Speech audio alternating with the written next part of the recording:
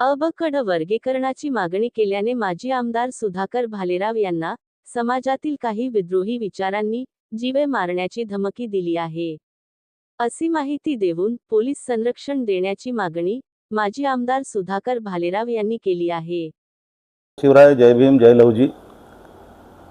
24 तारखेला लातूरमध्ये अनुसूचित जाती 59 जातीसाठी उपवर्गीकरणाच्या लढ्यासाठी 59 जातीतल्या सामाजिक प्रमुख कार्यकर्त्यांबरोबर एक व्यापक बैठक घेतली आणि त्या बैठकीमध्ये उपवर्गीकरण झालं पाहिजे ह्या समर्थनार्थ त्या ठिकाणी सर्वानुमते निर्णय झाला आणि त्या निर्णयाच्या बाबतीमध्ये मी संबोधित करत असताना अनुसूचित जाती उपवर्गीकरण हे सुप्रीम कोर्टाच्या निर्देशानुसार संबंध भारत देशाला लागू झालेला आहे, राज्याला लागू झालेला आहे आणि महाराष्ट्र सरकारने सुद्धा त्या ठिकाणी लवकरात लवकर त्याची अंमलबजावणी करावी या समर्थनार्थ आम्ही ती बैठक घेतली। तेव्हापासून काही विकृत प्रवृत्तीची लोक त्या ठिकाणी विरोधक म्हणून त्या ठिकाणी माझ्यावर फार मोठा तुफान हमला करत आहेत। खरं तर 28 तारखेला गुरुवारी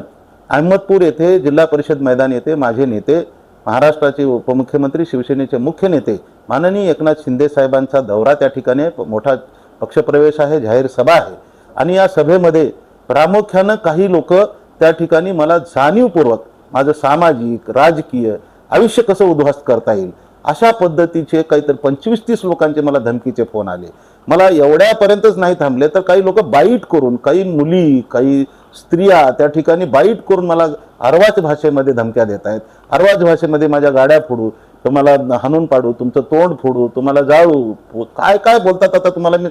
शब्दात वर्णन करू शकणार नाही। त्यामध्ये प्रामुख्याने संजय बनसोडेचे काही लोक त्या ठिकाणी मला दिसत आहेत, ते फोटो सुद्धा पाठवत आहेत। बनसोडे साहेबांच्या सोबतचे आम्ही कार्यकर्ते आहोत, तुला रस्त्यावर फिरू देणार नाही म्हणतात। अशा पद्धतीची धमकी देऊन अशा पद्धतीचं राजकीय सोडासाठी जर मला त्या ठिकाणी बदनाम करण्याचा प्रयत्न केला जात असेल, त्या ठिकाणी माझ्यावर शाई फेकण्याचा प्रयत्न केला जाणार असेल, माझं राजकीय आयुष्य उद्ध्वस्त करण्यासाठी माझ्या नेतृत्वाच्या समोर जर मला बदनाम करण्याचा प्रयत्न करून मला हरासमेंट करण्याचा प्रयत्न करत असेल तर राजकुमार बडोले साहेब आणि संजय बनसोडे साहेब दोघांनाही माझी विनंती आहे की या ठिकाणी मला बदनाम करण्यापेक्षा आणि माननीय डॉक्टर बाबासाहेब आंबेडकरांचे जे वंशज आहेत आनंदराज आंबेडकर साहेबांचं नाव घेऊन, माननीय प्रकाश आंबेडकर साहेबांचं नाव घेऊन मला त्या ठिकाणी ट्रोल करण्यापेक्षा मीच